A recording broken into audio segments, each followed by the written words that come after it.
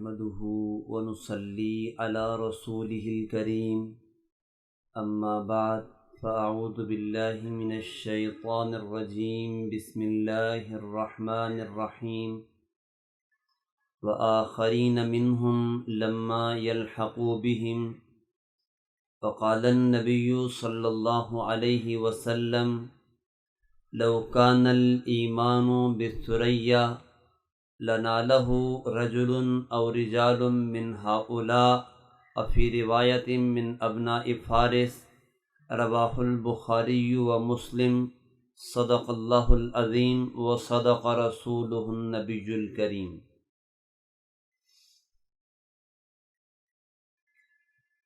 آج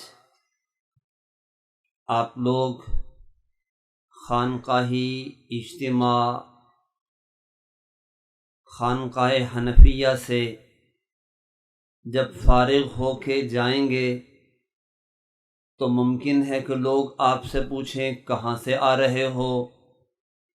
آپ بتائیں گے کہ ہم خانقاہ حنفیہ سے آ رہے ہیں، یعنی اس خانقاہ سے جس کی نسبت امام اعظم امام ابو حنیفہ کی طرف ہے۔ تو ممکن ہے کہ کوئی آپ سے پوچھے اللہ نے تو اپنے نبی کو دو چیزیں دے کے دنیا میں بھیجا، ایک قرآن اور ایک حدیث، ابو حنیفہ تیسرے کہاں سے آ گئے؟ تو آپ سے اگر کوئی پوچھے تو آپ اس سے کہیے گا کہ ابو حنیفہ قرآن سے آ گئے۔ ابو حنیفہ کہاں سے آ گئے؟ ابو حنیفہ حدیث پاک سے آ گئے۔ جناب نبی کریم علیہ الصلاۃ والتسلیم تشریف فرما تھے۔ آیت کریمہ سورہ جمعہ کی نازل ہوئی، جس کا ایک حصہ ہے وآخرین منہم لما یلحقوا بہم۔ یہ نبی اولین کے بھی نبی ہیں، آخرین کے بھی نبی ہیں۔ صحابہ نے پوچھا یا رسول اللہ آخرین منہم کون ہے؟ جناب نبی کریم علیہ الصلاۃ والسلام دیکھنے لگے، آپ کی نگاہ نبوت دیکھنے لگی سلمان فارسی کہاں ہے؟ اتنے میں آتے دکھائی دیے، آقا کے پاس بیٹھے، آقا نے ان کے کندھے پہ ہاتھ رکھ کے فرمایا لوگو، اگر ایمان ثریا ستارے پر بھی چلا جائے، اتنا بلند ہو جائے کہ ثریا ستارے پہ چلا جائے، تو اس کے علاقے کے لوگوں سے، اس کی نسل کے لوگوں سے، فارسی لوگوں سے اللہ رب ذوالجلال ایک بندے کو پیدا فرمائیں گے جو علم کو وہاں سے بھی اتار کے تمہارے پاس لے آئے گا۔ یہ حدیث مبارکہ بخاری میں بھی ہے، مسلم میں بھی ہے، حدیث کی دیگر کتابوں میں بھی مختلف الفاظ سے ہے۔ علماء امت میں سے ایک بڑی تعداد ہے جس کا کہنا ہے کہ اس حدیث پاک کا مصداق میرے آپ کے امام اعظم امام ابو حنیفہ رحمہ اللہ تعالی ہیں۔ 10ویں صدی کے بہت بڑے عالم، اپنی صدی کے مجدد کہلائے ہیں۔ حضرت علامہ سیوطی رحمہ اللہ تعالی تبییض الصحیفہ فی مناقب امام ابی حنیفہ میں وہ لکھتے ہیں کہ اس حدیث کا مصداق امام ابو حنیفہ رحمہ اللہ تعالی ہے۔ جناب نبی کریم علیہ الصلاۃ والتسلیم دنیا سے پردہ فرما گئے تو لوگ دو قسم کے ہو گئے۔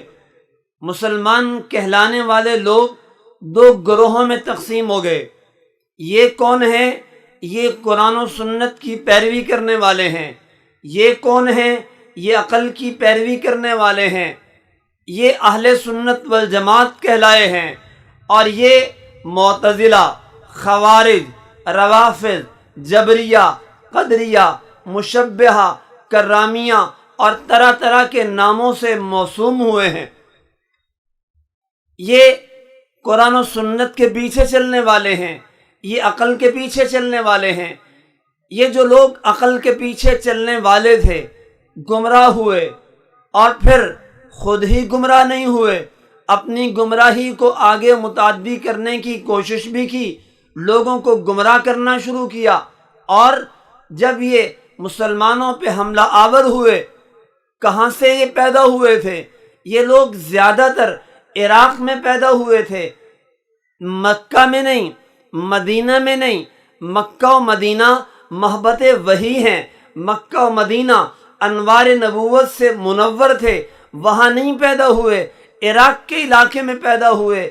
یہ فتنے ایسے خوفناک تھے کہ یہ مسلمانوں پر، اسلام پر جب حملہ آور ہوئے ہیں تو اندیشہ یہ ہوا کہ کہیں دور اول میں ہی کہیں اسلام اور اسلام کی بلڈنگ، اسلام کی عمارت متزلزل نہ ہو جائے، مسلمان کہیں گمراہ نہ ہو جائیں۔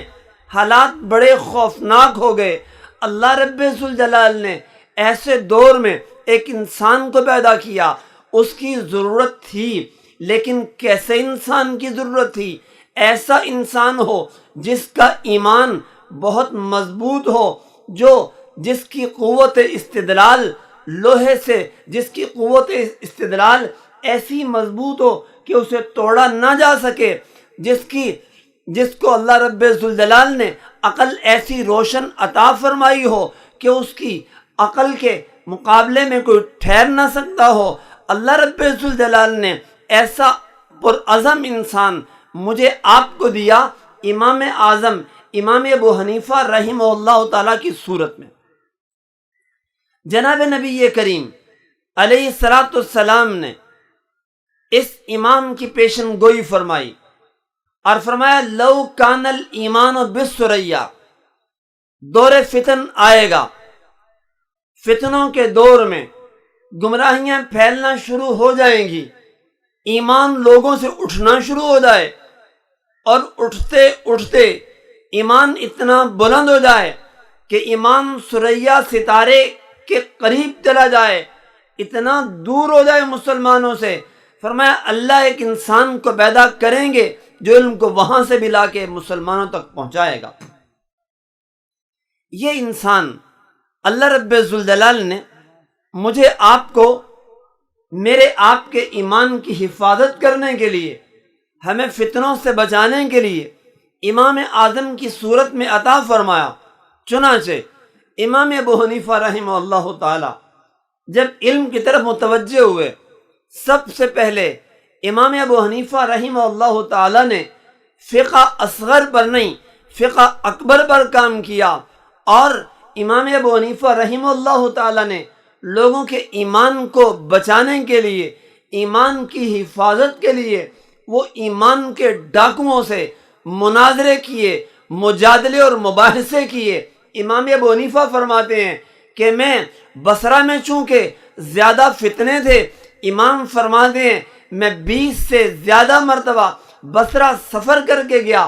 کوفہ سے بصرہ آج کے میپ کے مطابق 450 کلومیٹر کا سفر ہے، امام 20 سے زیادہ مرتبہ سفر کرتے ہیں، اور تقریباً 1 سال بصرہ میں قیام کر کے ان باطل لوگوں کے ساتھ، گمراہ لوگوں کے ساتھ امام ابو حنیفہ مناظرے کرتے ہیں، اور مناظرے کرتے کرتے اس فن کے اندر اتنا مقام حاصل کر لیتے ہیں، علم کلام کے اندر محنت کرتے کرتے اتنا اونچا مقام حاصل کر لیتے ہیں کہ امام شافعی کو بھی کہنا پڑتا ہے الناس عیال فی علی ثلاث، الناس عیال علی ثلاث فی علی مقاتل ابن سلیمان فی التفسیر وعلی زہیر ابن ابی سلمہ فی الشعر وعلی ابی حنیفہ فی الکلام۔ لوگ 3 لوگوں کے محتاج ہیں، تفسیر کے اندر مقاتل ابن سلیمان کے، شعر میں زہیر ابن ابو سلمہ کے، اور علم کلام کے اندر لوگ محتاج ہیں امام اعظم امام ابو حنیفہ رحمہ اللہ تعالیٰ کے۔ پھر امام ابو حنیفہ علم کلام کے اوپر جب کام کرتے ہیں تو اس امت کے سب سے پہلے متکلم اسلام کا لقب امام صاحب کو ملتا ہے۔ چنانچہ 5ویں صدی کے مشہور متکلم اسلام امام عبد القاہر بغدادی لکھتے ہیں اول متکلمی اہل سنت من الفقہا ابو حنیفہ الف فی الفقہ الاکبر، کہ اس امت کے سب سے پہلے اگر متکلم اسلام ہے تو امام ابو حنیفہ رحمہ اللہ تعالی ہے۔ امام ابو حنیفہ رحمہ اللہ تعالی متکلم اسلام ہیں۔ کیسے بنے ہیں؟ خود کہتے ہیں کنت انظر فی الکلامی، میں نے علم کلام میں اتنی محنت کی، اتنی کوشش کی اور اتنا کام کیا، یہاں تک کہ بلغت فی مبلغا یشار الیہ بالاصابع، میں اس مقام پہ پہنچ گیا کہ لوگ میری طرف انگلیاں اٹھانے لگے کہ علم کلام میں اگر کوئی ہے تو سب سے بڑا یہی انسان ہے۔ علامہ سیمری کہتے ہیں ان الامام ابا حنیفہ کان متکلم هذه الامة فی زمانہ، امام صاحب اپنے زمانے میں واحد متکلم اسلام تھے۔ امام ابو حنیفہ رحمہ اللہ تعالی اب علم کلام پہ کام کرتے ہیں، مناظرے کرتے ہیں، کتابیں لکھتے ہیں، تو مناظرے امام صاحب ایسے کرتے ہیں کہ امام صاحب کے مناظرے کے بعد جو لوگ امام سے مناظرہ کرنے آتے ہیں وہ بھی اپنا باطل مذہب چھوڑ کے امام کے مذہب پہ آ جاتے ہیں۔ آج بھی مناظرے ہوتے ہیں، ہم بھی دیکھتے ہیں، لیکن مناظرے کے بعد نتیجہ لڑائی جھگڑے پہ منتج ہوتا ہے، نتیجہ نکلتا ہے کہ لوگ لڑ جھگڑ کے اٹھ جاتے ہیں، نتیجہ کوئی نہیں نکلتا۔ آئیے امام ابو حنیفہ رحمہ اللہ تعالیٰ کے ایک دو مناظروں کی رویداد میں آپ کو سناتا ہوں، ورنہ مناظرے تو اتنے ہیں اگر جمع کیے جائیں ضخیم جلد بن جائے۔ امام ابو حنیفہ رحمہ اللہ تعالیٰ اپنے دور میں مناظرہ کرتے ہیں دہریوں کے ساتھ۔ امام رازی نے المطالب الحسنہ میں امام صاحب کے مناظرے کی کہانی لکھی ہے۔ دہریوں کو پتہ چلا کہ ابو حنیفہ وہ یہ کہتے ہیں کہ اس کائنات کا خالق اللہ تعالیٰ ہے، مالک ہے، وہی چلا رہا ہے۔ تو دہریوں نے امام صاحب کو قتل کرنے کی ٹھانی۔ ظاہر بات ہے مناظر ہیں ان کے خلاف، ننگی تلواریں ان کے خلاف، انہوں نے امام صاحب کو قتل کرنے کی ٹھانی۔ پتہ کیا، پتہ چلا امام صاحب کسی جگہ درس دے رہے ہیں، 70 کے قریب دہریے اکٹھے ہو کے آ گئے اور امام ابو حنیفہ رحمہ اللہ تعالیٰ کا گھیراؤ کر لیا۔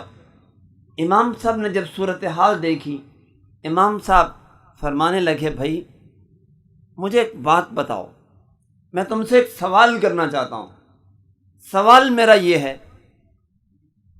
ایک کشتی میں نے ایک شخص ہے جو یہ کہتا ہے کہ میں نے کھلے آسمان میں، کھلے آسمان تلے، کھلے سمندر میں میں نے کشتی دیکھی، سامان سے بھاری سامان سے لدی ہوئی،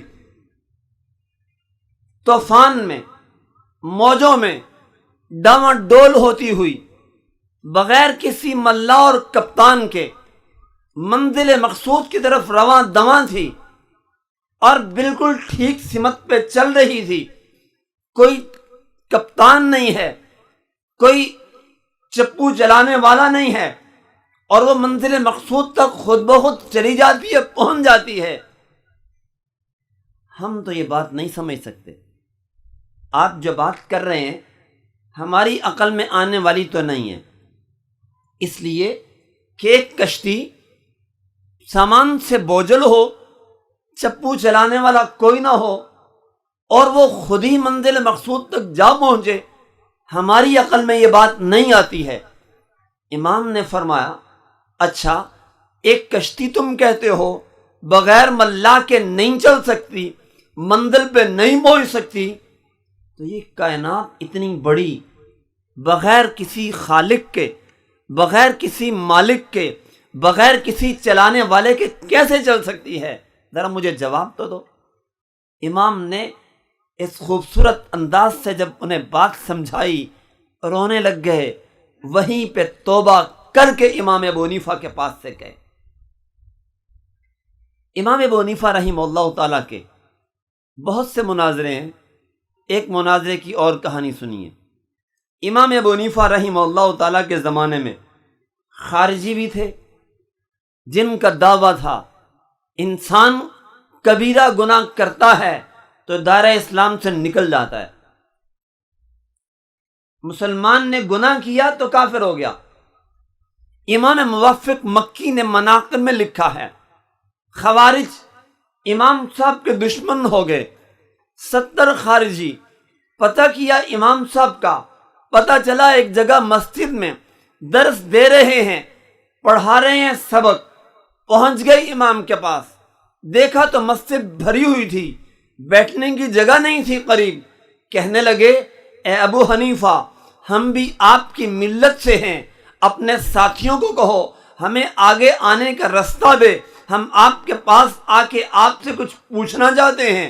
امام نے ساتھیوں کو کہا ہٹ جاؤ، رستہ دے دو، رستہ دے دیا، قریب آ گئے، امام کا گھیراؤ کر لیا، اور جیسے ہی امام کے پاس 70 لوگ پہنچے ہیں، نیاموں سے تلواریں نکال لیں، تلواریں ہاتھ میں پکڑ لیں، لہرا رہے ہیں، اور امام سے ایک بندہ مخاطب ہوا، اے امت کے دشمن، دوسرا بولا اے امت کے بڑے شیطان، تیسرا بولا اے وہ شخص کہ ہم میں سے ہر شخص کے لیے تیری گردن اڑانا 70 سال جہاد کرنے سے زیادہ افضل ہے، لیکن ہم نہیں چاہتے کہ آپ پر ظلم کریں۔ امام صاحب کہنے لگے تم میرے ساتھ انصاف کرنا چاہتے ہو؟ جی ہاں، ہم آپ کے ساتھ انصاف کرنا چاہتے ہیں، ظلم نہیں کرنا چاہتے۔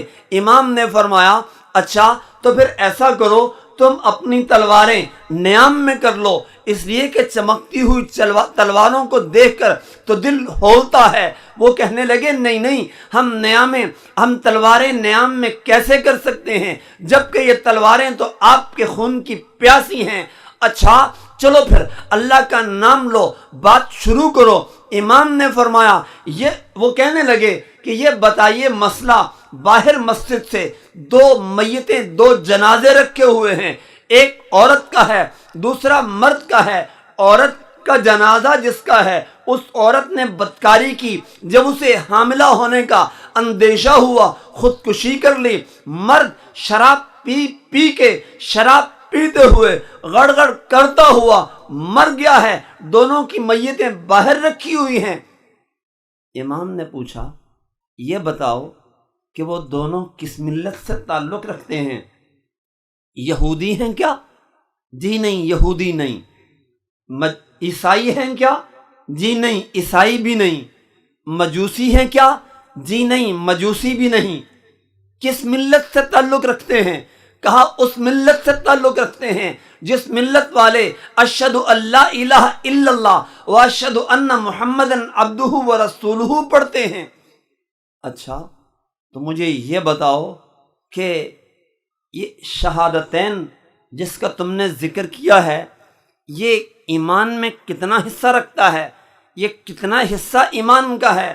کہنے لگے یہ ایمان کا، یہ پورا ایمان ہے، شہادتین کا اقرار یہ پورا ایمان ہے۔ امام فرمانے لگے اچھا تو پھر تم ان 2 لوگوں کے بارے میں مجھ سے مسئلہ پوچھنے آئے ہو کہ جن کے بارے میں تم خود کہتے ہو کہ یہ مومن تھے۔ جب انہوں نے دیکھا کہ امام صاحب دلیل کے بادشاہ ہیں اور یہ ہمیں دلائل میں ہرا رہے ہیں، کہنے لگے چھوڑو یہ باتیں، بس ہمیں یہ بتاؤ وہ اہل جنت ہیں یا اہل نار ہیں، جنتی ہیں یا جہنمی ہیں، ہمارے اس سوال کا جواب دو۔ امام نے فرمایا میں تو ان دونوں کے بارے میں وہی بات کہوں گا جو اللہ کے نبی ابراہیم علیہ السلام نے اس قوم کے بارے میں کہا تھا کہ جس قوم کا جرم ان دونوں سے بڑا تھا، ابراہیم نے کہا تھا فَإِنَّهُ مِنِّي فَمَن تَبِعَنِي فَإِنَّهُ مِنِّي وَمَنْ عَصَانِي فَإِنَّكَ غَفُورٌ الرحیم، کہ جس نے میری پیروی کی تو وہ تو مجھ سے ہے ہی، اور جس نے میری نافرمانی کی تو اے مولا تو بخشنے والا رحم کرنے والا ہے، اور میں تو ان کے بارے میں وہی کہوں گا جو اللہ کے نبی حضرت عیسیٰ علیہ السلام نے اس قوم کے بارے میں کہا تھا جن کا جرم ان سے بڑا تھا۔ عیسیٰ نے کہا تھا ان تعذبہم فإنہم عبادک وإن تغفر لہم فإنک انت العزیز الحکیم۔ مولا اگر تو انہیں عذاب دے تو تیرے بندے ہیں، تو انہیں معاف کر دے تو تو بخشنے والا رحم کرنے والا ہے۔ تو میں تو ان کے بارے میں وہی بات کہوں گا جو نوح علیہ السلام نے کافروں کے ایک سوال کے جواب میں کہی تھی۔ کافروں نے جب کہا انؤمن بکا واتبعک الارذلون، اے نبی نوح ہم تیرے اوپر ایمان لائیں حالانکہ تیرے ماننے والے وہ تو گھٹیا لوگ ہیں۔ نوح نے کہا تھا جواب میں اپنے ماننے والوں کے بارے میں وما علمی بما کانوا یعملون، یہ جو میرے پہ ایمان لانے والے ہیں مجھے نہیں پتا کہ یہ کیا عمل کرتے ہیں، ان حسابهم الا علی ربی، ان کا حساب کتاب تو رب پر ہے۔ لو تشعرون وما انا بطارد المؤمنین، اور میں تو ایمان والوں کو اپنے پاس سے دھتکارنے والا نہیں ہوں، تو میں تو ان کے بارے میں یہی بات کروں گا، اس کے سوا کچھ نہیں کہہ سکتا۔ امام نے 3 آیتیں پڑھی جو تینوں ان کے دعوے کو توڑنے والی تھیں۔ جب قرآن سنا امام کی زبان سے تو فوری طور پہ ہتھیار ڈال دیے، آنکھوں میں آنسو تھے، کہنے لگے ہم جس مسلک پر تھے اس سے بیزار ہوتے ہیں اور امام ابو حنیفہ تیرے مذہب پہ آتے ہیں۔ یہ امام کے مناظرے تھے اپنی جان کے دشمنوں سے، یہ امام کے مناظرے تھے ان سے جو امام کی جان لینے کے لیے آتے تھے۔ آپ اندازہ فرمائیے امام اعظم امام ابو حنیفہ رحمہ اللہ تعالی مناظرے کرتے ہیں، امام کے مناظرے سن کے امام کے ساتھ مناظروں میں آنے والے لوگ وہ لڑ جھگڑ کے اٹھتے نہیں ہیں، امام کے مذہب پہ توبہ استغفار کر کے آتے ہیں، ایمان قبول کرتے ہیں۔ آپ اندازہ لگائیں کہ میرا آپ کا امام کتنا بڑا متکلم، کتنا بڑا مناظر تھا۔ پھر صرف مناظرے ہی نہیں کیے، کتابیں لکھی ہیں، 5 کتابیں ہم تک پہنچی ہیں، لکھی بہت زیادہ ہیں۔ امام ابو الیسر بزدوی، امام بزدوی کے بھائی ہیں، وہ لکھتے ہیں قد صنف الامام فی علم الکلام کتبا وقع بعضنا الینا وعامتها مہاها وغسلها اہل البدع والزیغ۔ امام نے کتابیں تو علم کلام پہ بہت سی لکھی ہیں، اکثر کتابیں اہل بدعت اہل زیغ نے، گمراہ لوگوں نے مٹا دیں، دھو ڈالیں، کچھ ہم تک بھی پہنچی ہیں۔ آج جو 5 کتابیں مجھ آپ تک پہنچی ہیں، آج علم کلام کی بنیاد وہی کتابیں ہیں۔ پھر سلسلہ یہیں پہ رکتا نہیں ہے، امام کے شاگرد اس سلسلے کو آگے لے کے چلتے ہیں اور امام کے شاگرد در شاگرد آتے ہیں۔ امام طحاوی رحمہ اللہ تعالی وہ اس پہ کام کرتے ہیں، امام کتاب لکھتے ہیں الفقہ الاکبر، تو ان کے شاگرد در شاگرد حضرت امام طحاوی کتاب لکھتے ہیں العقیدۃ الطحاویہ، دونوں متن ہیں فقہ کی عقیدے کی کتابوں کا۔ پھر اللہ اس امت کے اندر متکلمین اسلام پیدا کرتا رہتا ہے، متکلمین پیدا ہوتے رہتے ہیں، سلسلہ چلتا رہتا ہے، یہاں تک کہ یہ سلسلہ چلتے چلتے آج میرے اور آپ کے اس دور تک پہنچتا ہے۔ آج اس دور میں فتنے بڑے خطرناک تھے، بڑے بیانق فتنے تھے جن کا مقابلہ کرنے کے لیے کسی مرد آہن کی ضرورت تھی۔ وہ مرد آہن کھڑا ہوا، فتنوں کا مقابلہ کیا، امت کے ایمان کی حفاظت کی۔ تو خدا نے اس دور کے اندر جب فتنوں نے پھر سے سر اٹھایا، فتنے پھر سے مسلمانوں کو گمراہ کرنے کے لیے نکلے گھروں سے، تو اللہ رب ذوالجلال نے آج مجھے آپ کو پھر ایک اور متکلم اسلام مرد آہن دے دیا، جس نے آج کے دور میں میرے آپ کے ایمان کی حفاظت کا بیڑا اٹھایا۔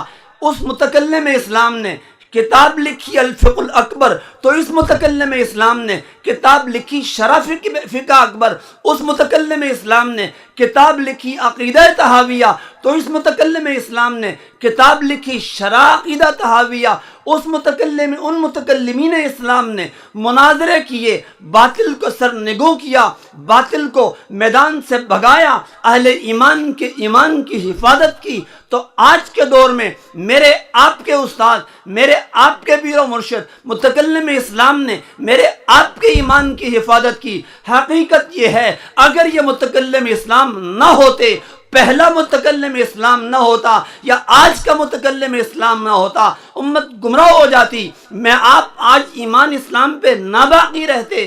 احسان ہے ان متکلم اسلام کا جنہوں نے ہمارے ایمان کو بچایا ہے، اور آج ہم مسلمان بیٹھے ہوئے ہیں۔ اللہ رب الجلال اس متکلم اسلام کو بھی، ان پرانے متکلمین اسلام کو بھی اپنے شان اجر جزیل عطا فرمائے، اور آج کے ہمارے متکلم اسلام کی بھی اللہ رب الجلال عمر میں، علم میں، صحت میں، تمام نعمتوں میں برکتیں پیدا فرمائے، اور ہمیں اپنے ان متکلمین اسلام کی قدر کرنے کی توفیق عطا فرمائے۔ تو میرے ذمہ لگا تھا امام ابو حنیفہ کا مقام کہ آپ نے اس پہ گفتگو کرنی ہے، تو اس گفتگو کے بہت سے پہلو تھے، تو میں نے سوچا کہ ایک پہلو پہ میں آپ حضرات کے سامنے گفتگو کروں، اور وہ ہے علم کلام امام صاحب کی خدمات۔ امام صاحب کی خدمات کے بہت پہلو ہیں۔ ہم اپنے متکلم اسلام کو جب دیکھتے ہیں تو وہ جتنے بھی پہلو اس متکلم اسلام میں امام اعظم میں موجود تھے، اللہ نے وہ سارے ہمارے استاد محترم میں جمع فرمائے ہیں اور جامع ترین شخصیت بنایا ہے۔ اب قدر کرنے کی ضرورت ہے۔ قدر کیا ہے کہ ہم رجوع کریں، جب بھی کوئی مسئلہ پیش آئے تو رجوع کریں خانقاہ حنفیہ کی طرف، جب بھی کوئی فتنہ سر اٹھائے تو رجوع کریں اپنے ان اساتذہ مشائخ کی طرف، اور یہ مرکز اس کی قدر و قیمت جانیں۔ حقیقت یہ ہے، اب بات لمبی ہو جائے گی، استاد محترم اس پہ بات فرمایا کرتے ہیں کہ جو شخص کسی فن کا ماہر ہو، دوسروں پہ لازم ہے کہ اس ماہر فن کی قدر کریں۔ اگر ماہر فن کی قدر نہ کی جائے تو پھر ظاہر بات ہے وہ فن ضائع ہو جاتا ہے۔ اور پھر یہ کہ آج ہم سے لوگ مسئلے پوچھتے ہیں، لوگ ہمارے پاس آتے ہیں اور ہمیں مسئلے کا جواب نہیں آتا۔ بہتر یہ ہے کہ ہم اس آنے والے کو خود لے جائیں اس شخص کے پاس جس کے پاس اس مسئلے کا حل موجود ہے۔ اس لیے کہ ہر انسان ہر میدان کا نہیں ہوتا۔ ابھی ایک بات چلے یاد آئی تو میں سنا دوں۔ ابھی کل ہی کی بات ہے غالباً، حضرت مولانا علامہ زاہد الراشدی بیٹھے تھے ہمارے پاس، تو وہ ایک قصہ سنانے لگے، بات فرمانے لگے۔ فرمایا کہ حسن بصری کے پاس عطا ابن واصل بیٹھا تھا، سوال جواب بہت کرتا تھا، عقائد کے متعلق طرح طرح کے سوال کرتا تھا۔ عطا حسن بصری نے ڈانٹ کے جھڑک کے اٹھا دیا تھا اپنی مجلس سے، اور جا کے دور بیٹھ گیا اور گمراہ ہو گیا۔ حسن بصری نے بھی کہہ دیا اے اعتزلہ، اور معتزلی ہی ہو گیا، بنیاد بن گیا معتزلہ کی۔ فرمانے لگے اگر وہی عطا ادھر ابو حنیفہ کی محفل میں ہوتا تو کبھی بھی گمراہ نہ ہوتا۔ اس محفل میں سوال کرنے کی اجازت ہی نہیں، ترغیب دی جاتی تھی، پوچھو سوال کرو۔ ادھر ہوتا تو کبھی معتزلہ نہ بنتا۔ آج بھی بہت سے لوگ گمراہ ہوتے ہیں، دائیں بائیں جا کے علماء سے مسئلے پوچھتے ہیں۔ اگر وہ اس خانقاہ میں آ جائیں اور ادھر آ کے مسائل کی تحقیق کروائیں تو کبھی بھی گمراہ نہ ہوں۔ تو آئیے میں اور آپ قدر کریں اس مرکز کی اور اپنے شیخ اور متکلم اسلام کی۔ اللہ مجھے آپ کو قدر کرنے کی توفیق۔